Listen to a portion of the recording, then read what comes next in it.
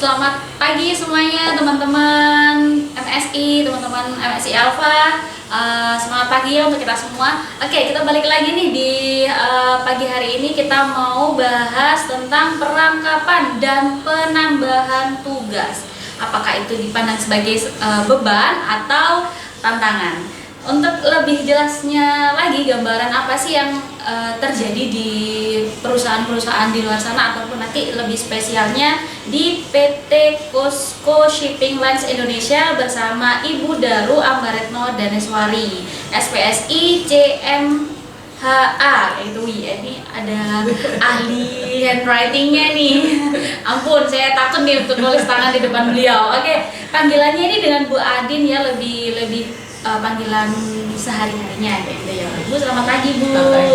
Oke, Bu, monggo Bu, ini kita ada acara question road ya, nanti ke belakang bisa jawab pertanyaan dari kita. Oke. Pertanyaan pertama Bu, bagaimana prinsip pembagian kerja sesuai dengan fungsi tugas? Oke. Prinsip pembagian kerja itu sesuai dengan fungsi tugas ya pertanyaannya. Untuk pembagian kerjanya itu yang jelas kita harus tahu kompetensi individunya. Jadi kompetensinya dia ada di mana, kemudian kita kasih tugas dia sesuai dengan kompetensinya. Gitu. Oke, kira-kira nih Bu, dalam kondisi apa saja sih yang memungkinkan kita untuk menambah tugas kepada karyawan tertentu? Nah, kondisinya kalau kita mau nambahin tugas pada karyawan yang kita sasar nih, yang kita incer nih, kita harus tahu benar bahwa si karyawan tersebut itu sudah kompeten, sudah mampu menangani tugas utamanya. Kalau dia sudah mampu menangani tugas utamanya, dia akan bisa dikasih beban tugas tambahan. Oke, berarti kita juga harus kondisi sama kompetensi yang ada di karyawan tersebut ya Bu ya.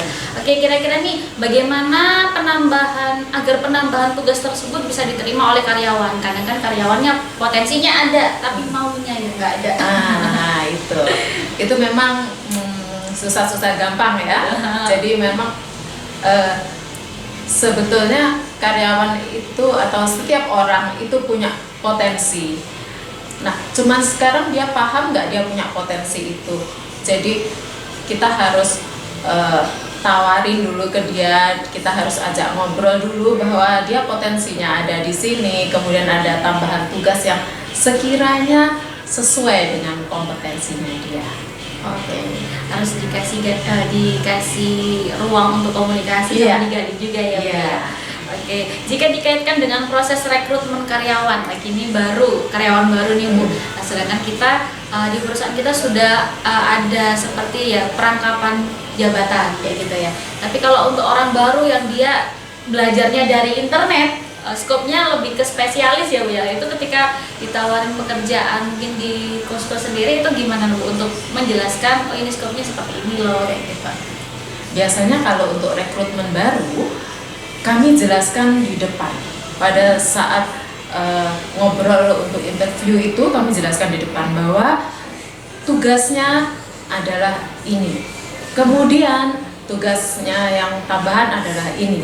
Dan biasanya dua tugas yang utama dan tambahan itu related. Jadi masih ada keterkaitan satu sama lain. Itu memang harusnya untuk generasi milenial saat ini tidak hanya fokus dalam satu posisi yang mungkin dipelajari di banyak platform, tapi dia juga harus paham juga hubungan kerja antar divisi atau antar bagian itu linier atau enggaknya lah, itu kita harus tetap belajar. Karena apa? Meskipun itu dipindah orang, kita juga enggak harus 100% percaya ke orang lain ya prosesnya, tapi kita juga harus ada knowledge-nya. Oke, untuk karyawan yang sudah lama Bu, untuk karyawan yang internal, istilahnya berdirinya lama dan dia sudah istilahnya puluhan tahun di situ. Tapi ketika ada konsep pengembangan lagi, ditambahin beban kerja yang mungkin serupa atau next step-nya pekerjaan itu gimana Bu untuk handling atau handle karyawan yang sudah misalnya sudah mendarah daging pekerjaannya?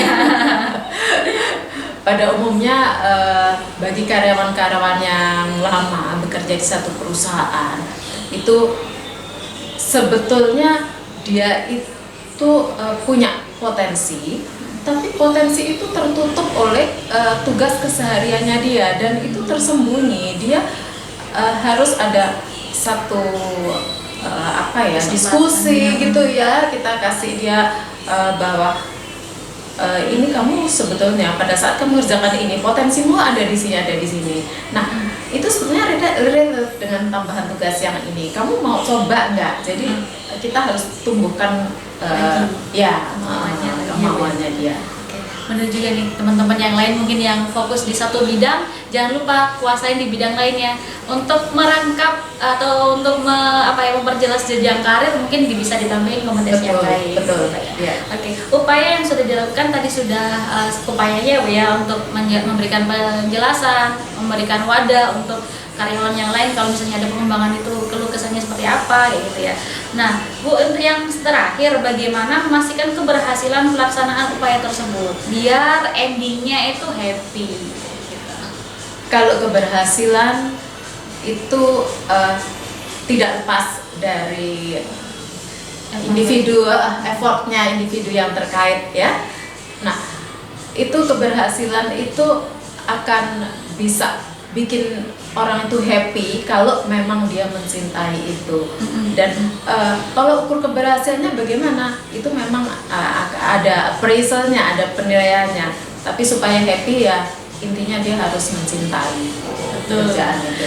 Emang harus ada ini ya, harus ada sounding, harus ada insight juga. Kita harus kasih poin plus-plusnya biar dia tertarik. Oke, Bu Adin, ini terima kasih untuk materi pada pagi hari ini, perangkapan dan penambahan tugas. Itu sebenarnya balik lagi ke diri kita masing-masing.